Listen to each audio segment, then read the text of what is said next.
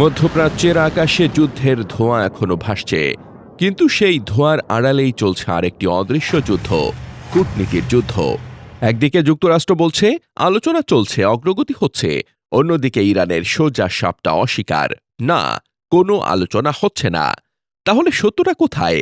কার কথা বিশ্বাস করবে বিশ্ব? পর্দার আড়ালে বার্তা আদান প্রদান অবশ্যই চলছে, কিন্তু সরাসরি নয়। পাকিস্তানের মতো দেশগুলো, যারা দুই পক্ষের সঙ্গে সম্পর্ক বজায় রেখেছে, তাদের মাধ্যমেই চলছে এই গোপন যোগাযোগ। কিন্তু একে কি আলোচনা বলা যায়? হয়তো না। আর সেই কারণেই ইরানের সামরিক মুখপাত্র দৃঢ়ভাবে অস্বীকার করেছেন, কোনো আলোচনা হচ্ছে না। এখনকার পরিস্থিতি এক অদ্ভুত অচল অবস্থার দিকে এগোচ্ছে, যেমনটা আমরা দেখেছি রাশিয়া ইউক্রেন যুদ্ধে। দুই পক্ষই বলছে তারা যুদ্ধ শেষ করতে চায়, কিন্তু নিজের শর্তে, আর সেই শর্তগুলো একদম বিপরীত মেরুতে দাঁড়িয়ে।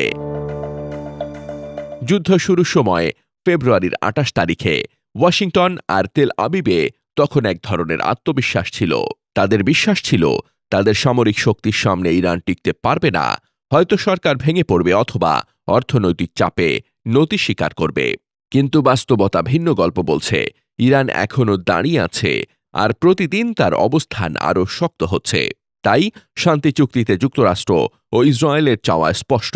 ইরানের পারমাণবিক কর্মসূচির সমাপ্তি, ব্যালিস্টিক ক্ষেপণাস্ত্র কর্মসূচির অবসান এবং আঞ্চলিক মিত্রদের প্রতি সমর্থন বন্ধ। বিনিময়ে ইরানের কিছু নিষেধাজ্ঞা শিথিল করা হবে, আর হরমুজ প্রণালীর উপর আংশিক নিয়ন্ত্রণ দেওয়া হবে। কিন্তু ইরানের উত্তর, তেহরানের কাছে এগুলো অগ্রহণযোগ্য। বরং তারা চাইছে যুদ্ধের ক্ষতিপূরণ, হরমুজ প্রণালীর পূর্ণ সার্বভৌম নিয়ন্ত্রণ, আর ভবিষ্যতে আর কোনো হামলা না হওয়ার নিশ্চয়তা। হরমুজ প্রণালী বা স্ট্রেইট অব হরমুজ বিশ্ব অর্থনীতির হৃদস্পন্দন। বিশ্বের প্রায় ২০% তেল এই পথ দিয়ে যায়। আজ এই পথের ওপর ইরানের প্রভাব তাদের হাতে তুলে দিয়েছে এক বিশাল শক্তি। সে কেন এই প্রণালী নিয়ন্ত্রণ ছেড়ে দেবে? আর উপসাগরীয় আরব রাষ্ট্রগুলো এখন সবচেয়ে বেশি উদ্বিগ্ন। তারা ইরানকে ভালোবাসে না, কিন্তু যুদ্ধ চায় না। তারা শুধু চায় আগের মতো এক অস্থির কিন্তু সহনীয় ভারসাম্য। কিন্তু সেই দিন আর ফিরে আসবে কি? এদিকে যুক্তরাষ্ট্র ওই অঞ্চলে নতুন সৈন্য পাঠাচ্ছে, মেরিন, প্যারাট্রুপার, সম্ভবত চাপ বাড়ানোর জন্য। কিন্তু প্রতিটি পদক্ষেপই যুক্তরাষ্ট্রের জন্য ঝুঁকি, কারণ মাটিতে নামা মানে আরও গভীর যুদ্ধে জড়িয়ে পড়া।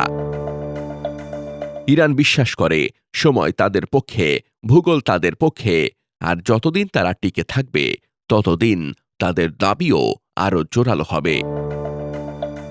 অন্যদিকে হোয়াইট হাউস যত বেশি বলবে ইরান আলোচনায় আগ্রহী, ইরান ততই দেরি করবে, কারণ এই খেলায় শুধু শক্তি নয়, ধারণাও একটি অস্ত্র।